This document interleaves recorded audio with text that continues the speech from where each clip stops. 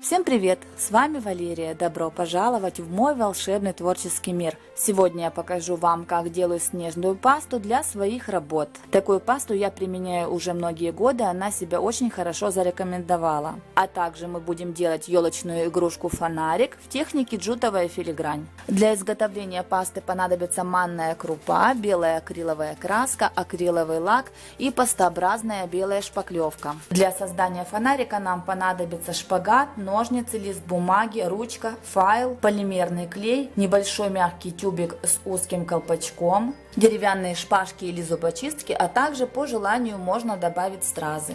Приступаем к работе. Для изготовления снежной пасты нам понадобится пастообразная шпаклевка. У меня вот такая, но не обязательно именно этой фирмы. Можно использовать любую другую, только не сухую. Сухая шпаклевка очень быстро застывает. Белая акриловая краска можно использовать как строительную, так и художественную.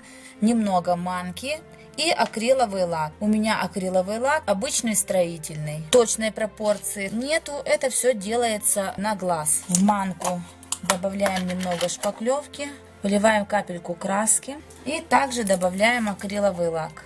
После застывания эту пасту я окрашиваю акриловым лаком с добавлением глиттера. В саму пасту глиттер я не добавляю, потому что белая краска окрасит ваш глиттер и его не будет видно. Такую пасту можно хранить в холодильнике в плотно закрытой упаковке.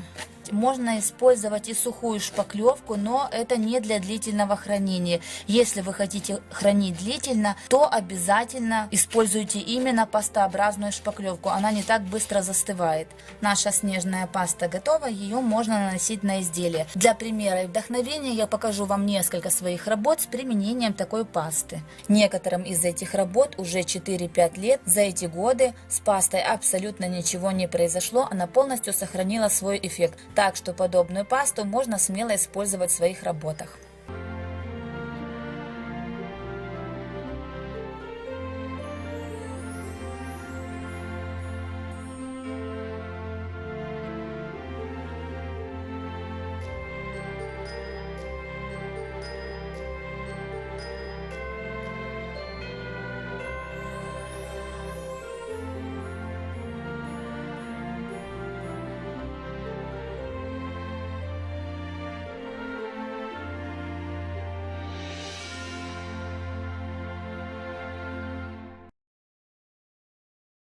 Для приклеивания шпагата я использую полимерный клей, который переливаю в мягкий тюбик с узким колпачком. Более подробно, как работать со шпагатом, я оставлю ссылочки в описании под видео, а также подсказки появятся в правом верхнем углу экрана.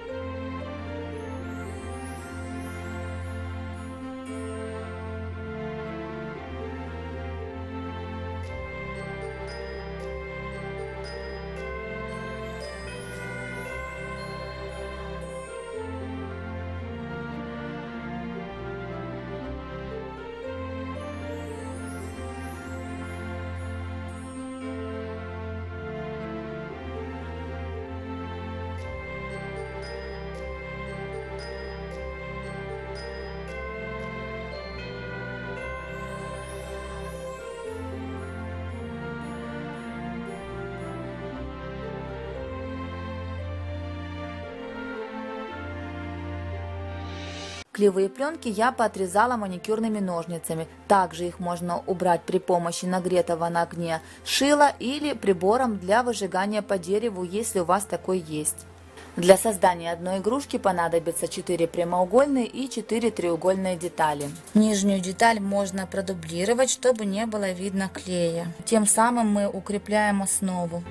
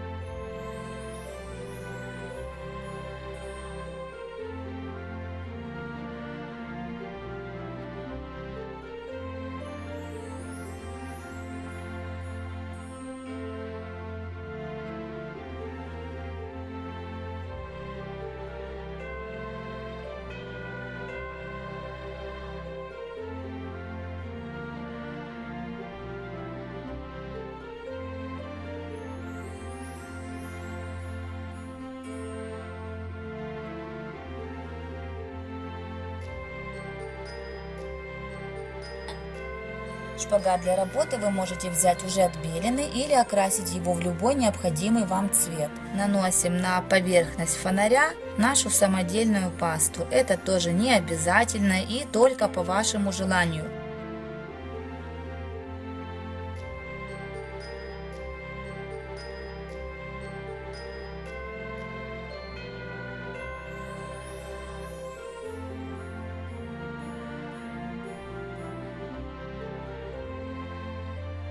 Фонарик оставляем до полного высыхания и в завершении покроем его лаком с добавлением глиттера.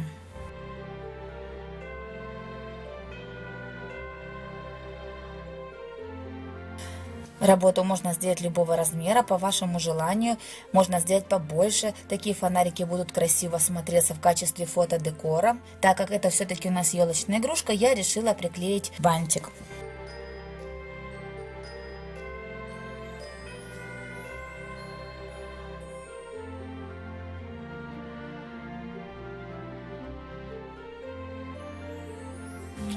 Работа готова. Буду рада, если мой мастер-класс вам понравится и пригодится. Благодарю всех своих подписчиков за то, что вы у меня есть. Спасибо за теплые слова, за комментарии, за лайки, за поддержку. Гости канала, не забывайте подписываться и нажимать на колокольчик, чтобы не пропустить новые интересные видео.